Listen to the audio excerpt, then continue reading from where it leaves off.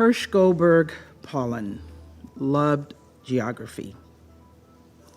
For his bar mitzvah, he asked for atlases and maps, for the gift of understanding the world, of wrapping it in his arms. His father imagined that his son would someday work for National Geographic, but I think Hirsch may have also become an American diplomat, a peace builder, someone who could forge even the deepest divides, and maybe even here in this room.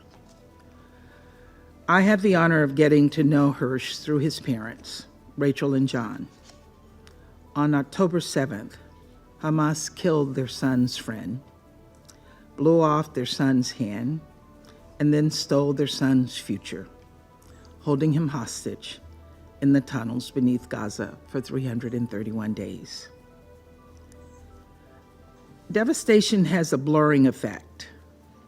Days bleed together, the sheer scale of loss anonymizes its victims. And yet Rachel and John insisted that the world know their son as a person.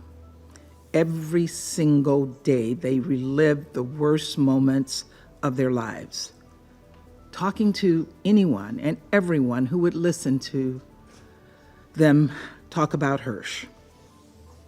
Not only where he was, but who he was, why his fate and the fate of hundreds of hostages mattered, and why the fate of thousands upon thousands of innocent Palestinians mattered too.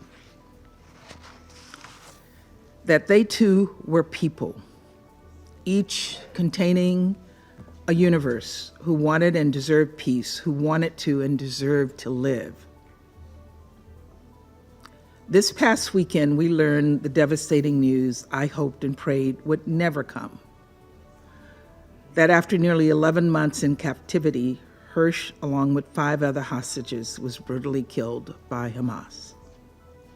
That he and Kamel and Alex and Eden and Ori and Almog would never be reunited with their families. Moments like these tempt people to retreat to their sides, to allow hurt to become hate. But I think about what Hirsch's father said just a few weeks ago, that there is, and I quote, a surplus of agony on all sides of the tragic conflict in the Middle East. That in a competition of pain, there are no winners. And so today I want to see the many, many people living in agony. That includes hostages that remain in the hands of Hamas, hailing from across the world, including the United States. We're doing all we can to bring these Americans home and all the hostages home to their families. The 6 hostages killed this weekend were executed at the same time negotiators were discussing the names of individuals to be released in a ceasefire deal. It calls into question the sincerity of Hamas negotiators, and it reveals yet again the ugly truth about the vile, depraved ideology that Hamas represents, from its massacre of 1,200 people to its weaponization of sexual violence. These latest murders confirm that Hamas is a terrorist organization. I know some members of this council won't acknowledge that, but that's the simple truth. No member of this council would tolerate their citizens being taken hostage and murdered, not a single one of us. The United States strongly condemns Hamas's brutality. It is long, long past time this council do the same. Make no mistake, we can condemn Hamas for what they are and still have empathy for the suffering Palestinians in Gaza, men, women, and children who are also experiencing agony. While Sinwar hides in tunnels underneath the ground and his henchmen murder hostages, Palestinian civilians are living in a hell on earth. Their lives continue to be put at risk by his cowardice and intransigence. As President Biden has made clear, Hamas's leadership will pay for their crimes. They must be held accountable. They cannot control Gaza.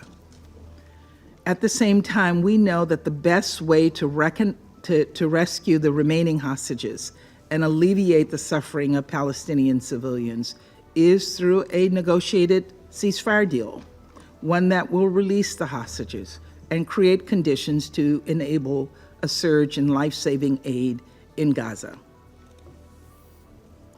Colleagues, we cannot lose patience with diplomacy. Diplomacy is not a matter of snapping our fingers and voila. It takes hard work. It takes effort, and unfortunately, it takes time. It has not failed. After all, it was diplomacy that helped secure the release of more than 100 hostages in November. And it is through diplomacy that we aim to bring the remaining hostages home and finally put this horrific conflict on a path toward a durable conclusion. The Israeli people should understand that the deal on the table is one their leaders can accept, because this is a deal that ensures Israel's security. As President Biden emphasized when announcing the principles of this deal, Hamas is no longer capable of carrying out another attack on the scale of October 7th. And so we continue to work closely with Qatar and Egypt to find a way forward and do all we can to make this deal a reality once and for all. At this crucial inflection point, it is vital that anyone who stands for peace stand with the three of us and continue to apply pressure on Hamas to end its brutality and accept the deal on the table, which is based on the principles and framework this Council endorsed in Resolution 2735. We cannot just move on. There is no palatable alternative to this diplomacy. Colleagues, we met last week on the issue of polio and protecting civilians. Since that meeting, Israel has coordinated closely with the UN to ensure the WHO and UNICEF could begin implementing a phased campaign vaccinating children under the age of 10 in Gaza. The United States welcomes the initial progress, hundreds of thousands of vaccines administered in the first days of the campaign alone, and we reiterate the importance of UN and NGO personnel having the safety and space to administer polio vaccines and inoculate Gaza's at-risk population. Children's lives depend on their success. Separately, we're closely following the situation in the West Bank. We're concerned about the recent uptick in Israeli military activity there and believe that actions could escalate tensions must be curtailed. In particular, violent rhetoric and attack by extremist settlers against Palestinian civilians in the West Bank are unacceptable and must stop. Israeli authorities must take measures to protect West Bank communities from harm, including by intervening to stop such violence and by holding all perpetrators accountable. And we continue to emphasize that a revitalized and reformed Palestinian Authority is in Israel's own interest, and that steps that undermine the PA will not make Israel more secure.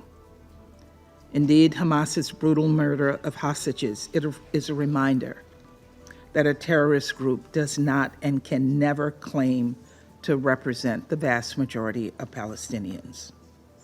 But Hamas's hateful ideology cannot be defeated through silence.